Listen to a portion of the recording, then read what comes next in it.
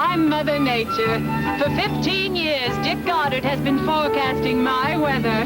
So if you want to get to know me better, get to know Dick Goddard better by watching him and the rest of the City Camera News team at 6 and 11 on Television 8. After all, it's not nice to be fooled by Mother Nature.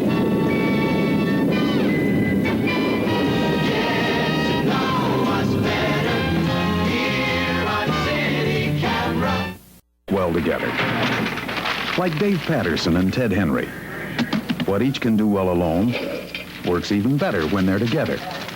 A natural sort of communication you just don't find every day. Good evening, I'm Dave Patterson. And I'm Ted Henry. Another chapter today in the investigation into that... Dave Patterson and Ted Henry, the news people talk about. Naturally.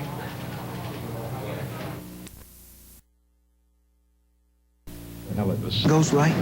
Sometimes the most natural of partners can get a little off in their timing.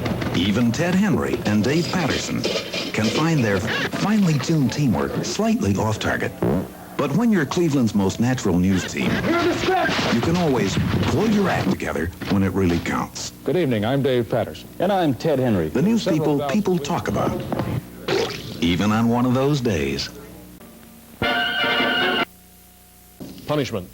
No, tell him whose idea it was. No, I said, why don't I go out and, sure. In case you have not been out of doors, and the real danger is frostbite tonight, and believe me, do not go out unless it's absolutely necessary.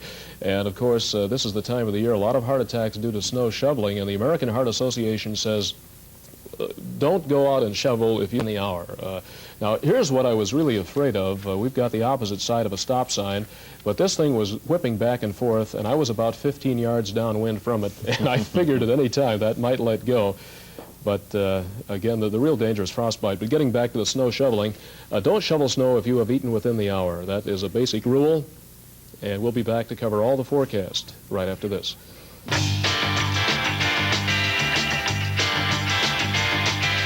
Snow throughout Ohio ranges about 8 to 12 inches tonight, and more is on the way, but when you get this much, that isn't really the problem. The problem is blowing and drifting under the blizzard conditions.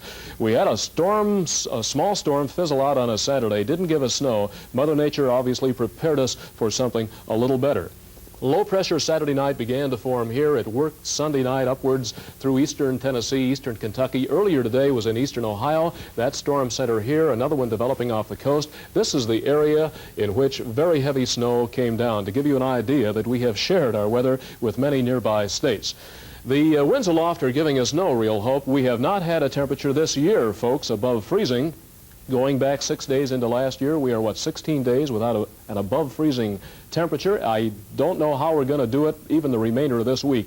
Airflow continuing as it has all autumn and winter out of those cold areas up to the northwest. Our satellite revealed the only sunshine of any consequence was from the Carolinas deep into the south. Miami was warm today, but that has been about it. Cloud cover extensive throughout the upper half of these United States. We have winds over 30 miles an hour, and we have a temperature now that is hovering around 10 above. We have visibilities cut down to near zero. All requirements for a blizzard have been met. Low pressure here giving way to this low off the Atlantic coast. They've had heavy snow as far east as Philadelphia, as far west as Chicago. If you're driving in Ohio or nearby states tonight, good luck. Don't again unless it is necessary. As you see, temperatures extremely cold over that eastern half of the country, brought down by the latest advent of cold Canadian high pressure. 11 degrees at Hopkins, snow throughout. 29-10 today, 20-2 a year ago. Sunrise at 7:53, sundown 5:18. It is 13 degrees on the shoreway. Pollution not bad today, 45. We have a wind 20 to 40 tonight and a blizzard condition with a wind chill of 35 below. Windy, bitter cold, 10 tomorrow. Snow changing to flurries. Will begin to get out of this during the early afternoon. A variable sky Wednesday, still cold. Wednesday high 17. We'll have stocks after this.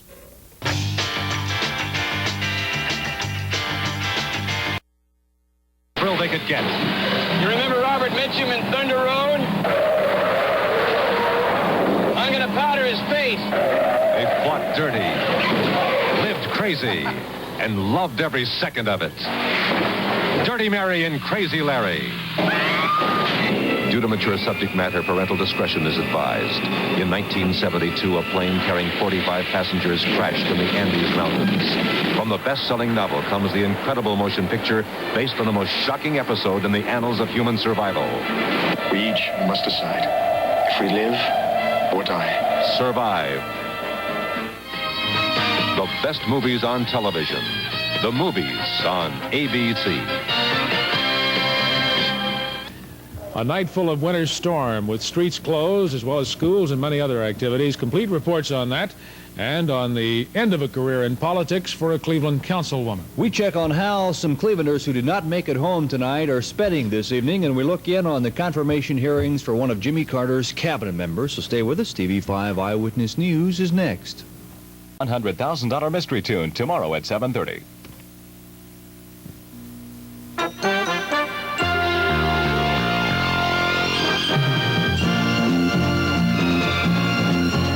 TV5 Eyewitness News with Dave Patterson, Ted Henry, and the Eyewitness News team is brought to you by Ohio Edison and the Illuminating Company.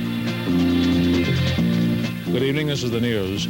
As I came back in from supper tonight, I was one of the very few drivers on the road. In fact, conditions were so bad that all of the westbound traffic on the shoreway was outlawed altogether. The wind and the spray from the lake made the lanes just too dangerous to use, but that was just one of the major roadways. It was much the same on the interstates and on your street, too, if I had to guess. And if you thought it was bad today, don't be surprised to see it just as bad tomorrow. Our Mark Kuntz got the word tonight from Len Maximuk of the National Weather Service. This is the first real winter storm that we've had. The rest of the storms have been coming down out of the northwest, but this one got some good upper air support and came out of the southwest, and it's a good winter storm. I think if there was ever a day when we could classify this as a blizzard, this would be about as close to it as I've seen in many a year here in Cleveland. Right, this is near blizzard conditions. Occasionally we do get into blizzard conditions. To be a fully qualified blizzard by definition, you have to have winds of over 35 miles an hour and visibility is below a quarter mile. And we have reached both of those criteria here today off and on throughout the greater Cleveland area. Looks like that will continue again tonight and through the morning hours. Yes, it looks like this storm is beginning to stall up just north of Ohio and will last in here at least through the night and into tomorrow. We expect near blizzard conditions through the morning tomorrow, and tomorrow morning's rush hour with the cold temperatures and the new snowfall is probably going to be worse than it is today. I'm getting cold just watching that report. I don't want to go home tonight. You know, when you get a whole lot of snow and ice on a utility pole, it can cause a short circuit and a fire. That very thing occurred quite a few times around town today, and power was knocked out in many neighborhoods. CEI and Muni Light tell us now power is restored at this hour. The blackout crippled the last leg of the rapid transit line out to the airport, but service was restored by 5:30. Travelers at Hopkins Airport were pretty much in the dark this afternoon. The power outage made the airport dim, cold, and lonely, snarling many flights until late afternoon. United Airlines, the largest carrier, was closed down until 9 o'clock. However, everything at Hopkins looks okay for tomorrow morning. And earlier in the day, bad weather made travel miserable for people using the Akron-Canton Airport. There, both United and Allegheny had to halt flights until the blizzard-like weather calmed down. They are resuming flights for tomorrow. When I came to work this afternoon, I could only see about 10 feet in front of my car at one point. It seemed the more I got downtown, the worse the weather became. The weather was so bad that some people decided to stay downtown. We've taken one of our live TV5 action cams to visit to the Bond Court Hotel right now, where we're meeting with Mrs. Jo Sanson. She's the assistant manager over there. And Jo, can you tell me how many extra people are rooming at the Bond Court tonight because of the bad weather? Well, we have approximately 80 people. I wouldn't say it's a final count, however, because there are, I would say, quite a few more who have called us and will be a little late. Joe, do you have any special rates for people when the weather becomes so inclement and they may be short of cash or something? Do you have a special program for these people? Oh, yes. It's a special rate, and we call it Operation Snowflake. We are charging $20 for a single and $25 for a double, which is considerably less than our regular rates. We have many downtown people here, and it's very convenient for them. Especially when you consider it's a warm bed away from the cold weather. By the way, do you have many people staying with your hotel tonight who may have been stranded out at the airport who couldn't get out of Cleveland? Oh, yes, quite a few. We didn't really know how bad it was until they all started doubling back, matter of fact. Some people had checked out earlier and decided to come back. Okay, Joe. Well, thank you for being with us. I hope the weather clears up for all of them and for all of us as well. Joe Sanson, she's the assistant general manager over at the Bond Court Hotel. One of the great blunders of the day came at 7:22 this morning when the United Press International wires carried the report that Cleveland schools would be closed. It was not true, but many youngsters never heard the correction, and the attendance at Cleveland Public Schools was down about 50% today. But that was today. The official word for tomorrow is that Cleveland schools will be closed, as Jay Backus learned tonight from Dr. Paul Briggs. There are several sections of our town where snow is piling up rather heavily, and it's going to be difficult for some teachers to get in. It's going to be difficult for some students to get in. We've had a lot of calls from parents that are very much concerned about the safety of their children, and so therefore we think that perhaps it's better judgment to close down for tomorrow. So one more time, no school tomorrow for everyone in the Cleveland Public Schools. And in many other places, heavy winds and all that snow that's been falling in northern Ohio have persuaded many people to forget all about holding classes tomorrow morning. Here now is a complete list of the very latest school cancellations as well as the cancellations of Tuesday meetings.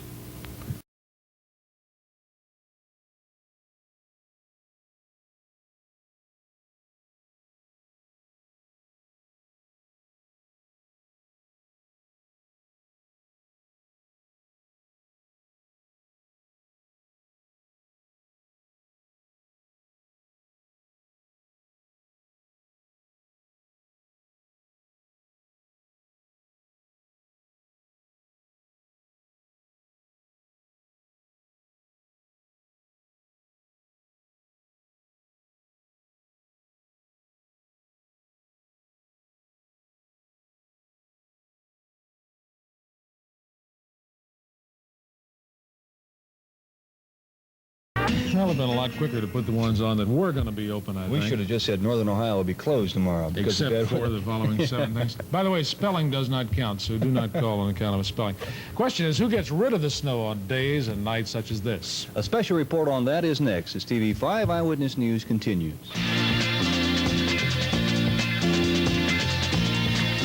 Something we all count on in weather such as this is the city's ability to keep the streets clear, or at least keep an upper hand on things.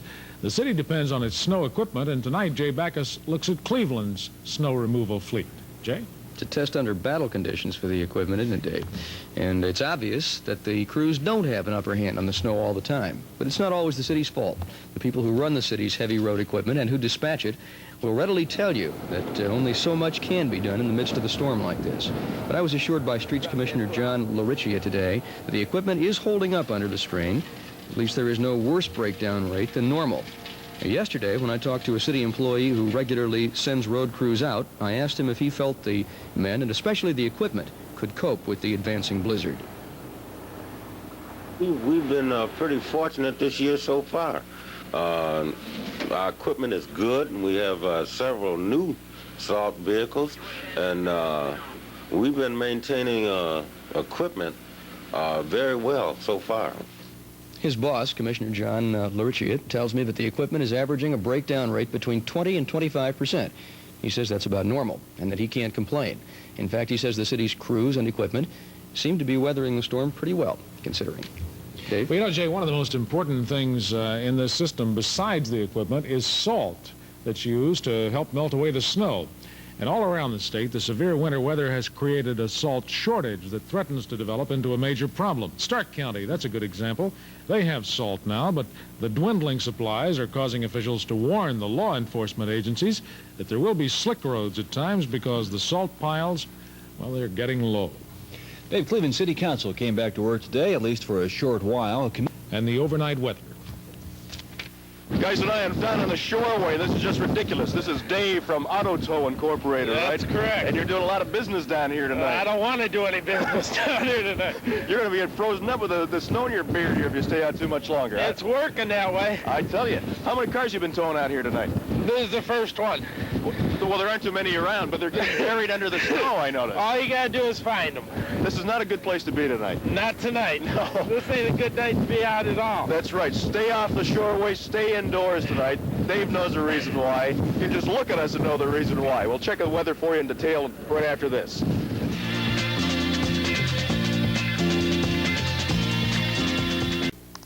I want to tell you, I have lived up north in Canada and been around this area for quite a few years. Down there on the Shoreway tonight was the coldest night I have ever experienced. And I checked it on the wind chill factor, and it was about 40 or 45 degrees below zero. The wind chill factor is this. That is the effect of the wind and the air on exposed flesh, and it is equal to a temperature of 40 degrees to 45 degrees below zero down there. It is no place to be. It is bitter out there and won't be much better tomorrow. Let's check it now and find out what's going to be happening. Storm Surge radar on the 50-mile range is not picking up much snow now. It's just the blowing snow for the most part. Not very much is falling. The air quality index reading today was 45. We were within our clean air standard, and the projection for tomorrow is between 20 and 40. All the bad stuff has been blown away with this big storm. Well, this is a little boy and his dog. That's Ed, and I forgot the dog's name. Can you roll with him? I'm sure Ed is a little boy's name. Everybody's telling me a different name. Doesn't matter. They were out having a good time today. 29 was our high, 10 our low last night. The record high was 61, set in 1939, and the record low minus 12, set in 1875. In Cleveland now, it is 13. The humidity is 84%. Winds are out of the west, 18, gusting to 25, but down along the lakeshore, much higher than that.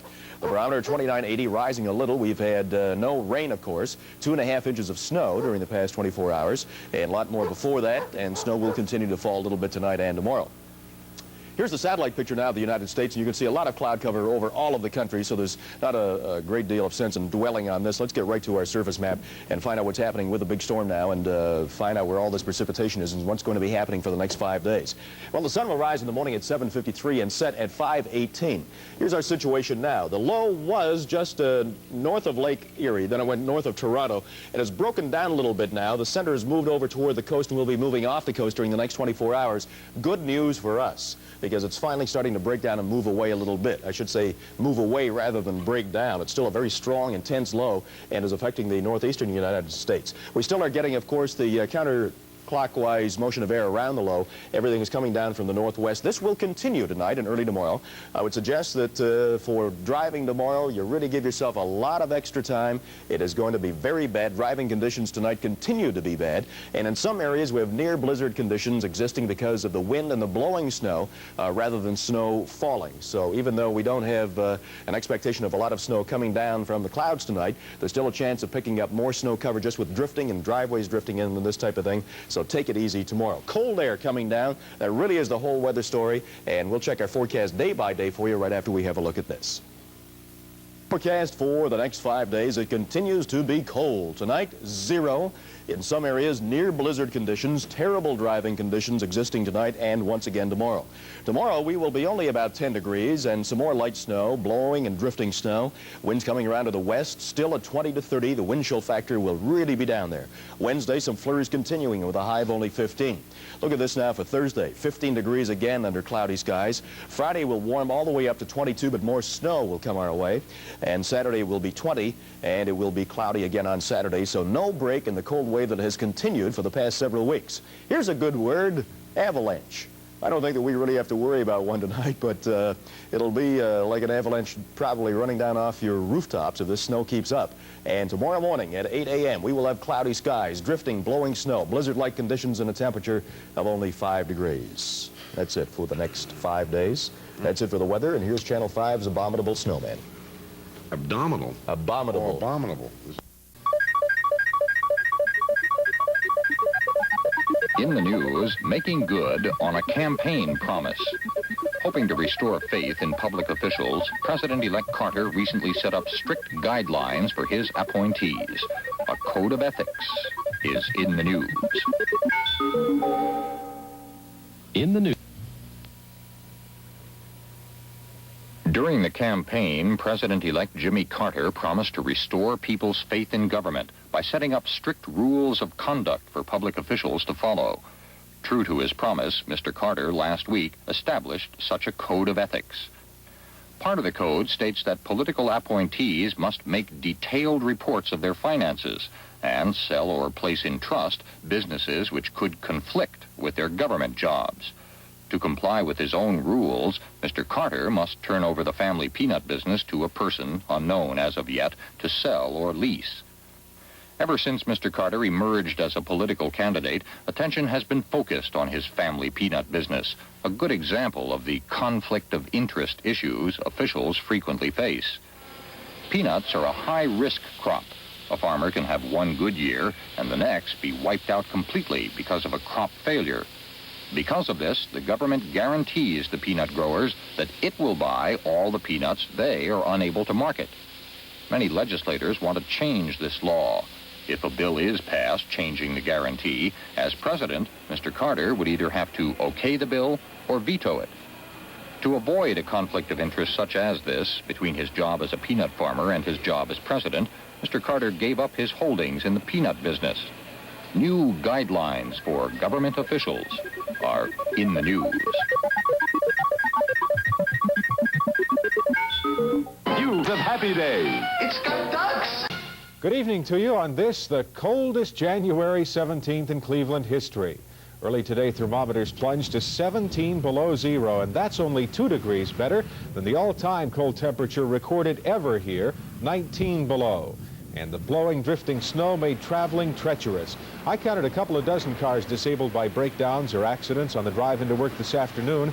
And as you can see from these shots earlier today, driving has been a day-long nightmare. Tow truck operators tell City Camera they've been running 5 and 6 hours behind on the emergency calls coming in. You should think about that if you're deciding whether to go out or stay in tonight.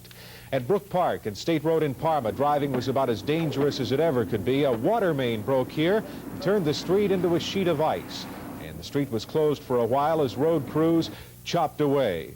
Jim, it looks like this kind of weather is going to be hanging in for a while. And that means there is not much at all to look forward to except more of the same of very cold air and very dry air. As most folks know by now, the temperatures of the last few days have been record breakers, dipping way, way below zero. Dick, any warming ahead at all, even to get back up to zero? Well, Jim, the thermometer tonight will not show temperatures nearly as cold, but with a wind chill factor again, we should be around 40 to 50 below in that area. High today, 2 below. Morning low, as Jeff indicated, 17 below. We've lost a degree even as I speak out at Hopkins. They're down to 3 below now. We have not been above zero here for the last 38 hours. I think we will make it tomorrow, but there is no abrupt end to this brutal cold weather. Columbia Gas Company, which serves areas to the west and south of the city, has made big cutbacks in industrial gas allotments. And today, Columbia asked industries and businesses to voluntarily close until the weather breaks. Columbia spokesman tells City Camera they don't yet know how many industries and businesses have gone along with their request, but they're making that same request again this evening. And District Manager Tom Harris says he hopes that schools will shut down until the weather breaks. We're asking all commercial customers, schools, offices, and stores and so forth to stay closed if they can, and certainly the schools use a large volume of gas over the state, and it would be helpful. Tom, a final question. Do you foresee, if the weather does not break in the next couple of days, that you might have to go to mandatory cutbacks, even clear down to residences? Well, I don't know that we'll get down to residents. Of course, that's what we're out to protect, but there is always that possibility. If the weather continues the way it has here in the last 24 hours, no telling what could happen. And the other area gas company is making cuts too. Jim has the latest on that. As is Columbia Gas, the East Ohio Gas Company is taking some drastic steps to conserve fuel. Following earlier cutbacks to large industrial plants, EOG today notified about half its 50,000 large commercial category customers. Those are office buildings, stores, and malls, that they must reduce the usage of natural gas to an absolute minimum. That is, to a maintenance level only to prevent freezing. East Ohio is also asking all schools, colleges, and universities to close and not to reopen tomorrow. And the company is urging residential customers to reduce gas usage as much as possible. East Ohio is coming close to the all-time record for use of natural gas. Earlier today, EOG President Dudley Taw visited our noon show, and reporter Dave Buckle asked about the possibility of cutbacks in gas service to homes. Well, heaven forbid that we ever get into curtailing as far as residentials are concerned. And if we ever do, then we're in a very chaotic condition as far as the state. I don't look forward to that. However, we certainly would like to have the consumer under these circumstances, because, you know, jobs are very, very important. This morning, for example, Ford and General Motors and all of them, and General Electric, you know, had to tell their people not to come in. And it's very important that the economy of the state continue. So we're hoping that the consumer himself will set his thermostat on his own, 60 to 65 degrees. Well, as bad as it is, Taw went on to say today that the situation is not yet a crisis one, but could be very soon. As we've said, industries served by both East Ohio and Columbia Gas have had their gas allotments cut back or have been asked to voluntarily cut back to bear maintenance levels. So this is not going to be a complete listing, but here are some of the industrial companies that are going to stay closed tomorrow.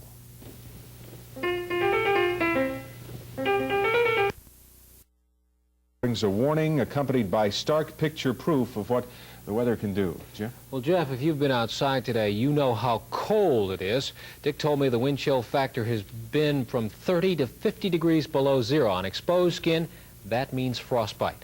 This is the first stage of frostbite. This man is in the emergency room of Charity Hospital. He was robbed last night, knocked out and left in the snow. His hands, you'll see, are extremely swollen. What happens next is this. The tissue dies. It's not a very pretty sight, and you can lose your fingers and toes. This man will have to have 3 of his fingers amputated. Now, this man, however, is luckier. He won't lose his fingers, but he has some painful times ahead. This entire portion of his finger here will come off like a glove, including the fingernail. It'll be like a cast of the hand. And when it comes off, it'll all be this white color. And no nail will be there, but he'll gradually, over the next year or so, grow in a new nail. Dr. Arthur Steffi is an orthopedic surgeon. He says this is the worst season for frostbite that he's seen in 10 years. 13 cases have been hospitalized in the past 2 weeks. Many more were treated at the emergency room. 2 of those treated today were young girls, aged 4 and 5. Their mother sent them outside to play without gloves. Don't make that mistake. If you have to be out, dress warmly and don't wear tight clothing that will put your skin closer to the cold. If you get frostbite, thaw the affected area quickly with warm water.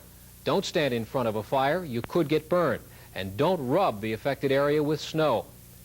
That's an old wives' tale that can only increase your danger. Jeff? Thank you, Jim. The season of cold is also the season of indoor fires, and the season You of make fire... the double numbers tomorrow on the plus side, and I would say teens on Wednesday, 20s perhaps Thursday, but it looks like we'll have a relapse on Friday. Oh, wow. We'll take a look at all kinds of things, including those puppies from Friday after this.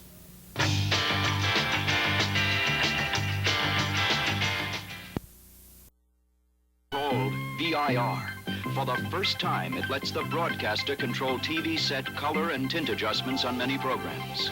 General Electric has color models with special circuitry to use this VIR signal, so you can enjoy color automatically adjusted by the broadcasters.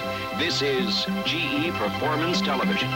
Save now on... Plenty of weather to talk about tonight, but a follow-up on the story of Friday. We had so many calls on this. 7 puppies and the mother dog living under Liberty Boulevard. This is a German Shepherd, in danger of freezing, of course, and starvation. More importantly, that's a busy, busy highway. A very narrow tunnel, a very narrow opening. 3 dogs came out Saturday, and then Greg Wilk of the Animal Protective League and my daughter Kim and I went out there Sunday, and we got them all out. But really, Greg Wilk is the guy that was in that cold snow. And the kicker now is going to be if these dogs are taken in. The Animal Protective League number 771-4616. 7 beautiful puppies up for adoption, plus the mother dog. I hope you can help us. We'll update you on that as the days go by. Here now is a survey of how temperatures sagged in Ohio and nearby states this morning. In many cases, these are all-time records. We missed by 2 in Cleveland. Cincinnati, 24 below. That is their all-time record. Now, this rivals the greatest outbreak of cold weather in American weather history, and that came in February of 1899 when at Milligan, Ohio, south of Zanesville in Perry County, they had a low of 39 below. Now, that again was in 1899. As I indicate, these are record temperatures in nearly every location, and in some locations, these are all-time records dating from the year 1871. We have now gone just shy of 39 hours since we have been above zero in Cleveland. It was 4 a.m. Sunday we got below zero. The record there is about a 72-hour period back in 1899. I don't think we will achieve that. We should begin by Wednesday with a bit of sunshine here, and there was sunshine in northern Ohio this morning, but not here in the Northeast. By Wednesday in the teens, and then I hope Thursday the 20s, but the winds aloft are still telling that story, that air coming down out of Canada caused by the huge high pressure out over Hawaii, and another blast of cold air is due late in the week. Satellite today showed in the northern counties, the northern states rather, we had a good deal of cloud cover mixed with some sunshine. Low pressure is now out in Missouri. We've got some snow even now in the 2986 falling. Winds west 15 and 25 tonight and tomorrow. Fiercely cold on a thermometer 5 to 12 below, but minus 40 in the wind chill. Windy, some snow and blowing snow through tomorrow. High tomorrow 8 to 10, low tomorrow night 0. Wednesday partly sunny, still cold, but up to 15. We'll have Monday on Wall Street after this. Show this evening. Between now and then, our news hour continues from New York, the CBS Evening News. Have a good evening. Keep warm.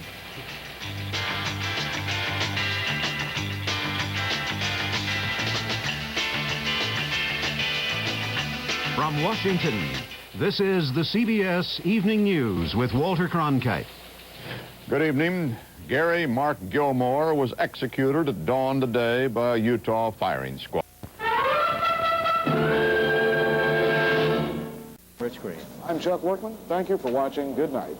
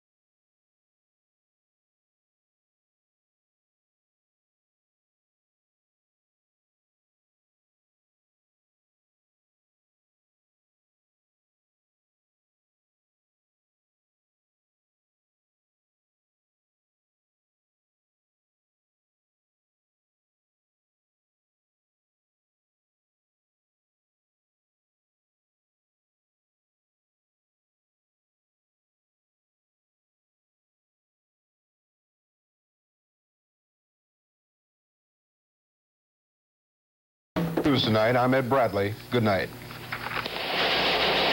This has been the CBS Sunday Night News with Ed Bradley. Fast at those? Okay, Peggy Ann Garner. No, that's not him. James Garner. His real name is James Bumgarner. That's his real name. And he was an American leading man, or is an American leading, usually in good-humored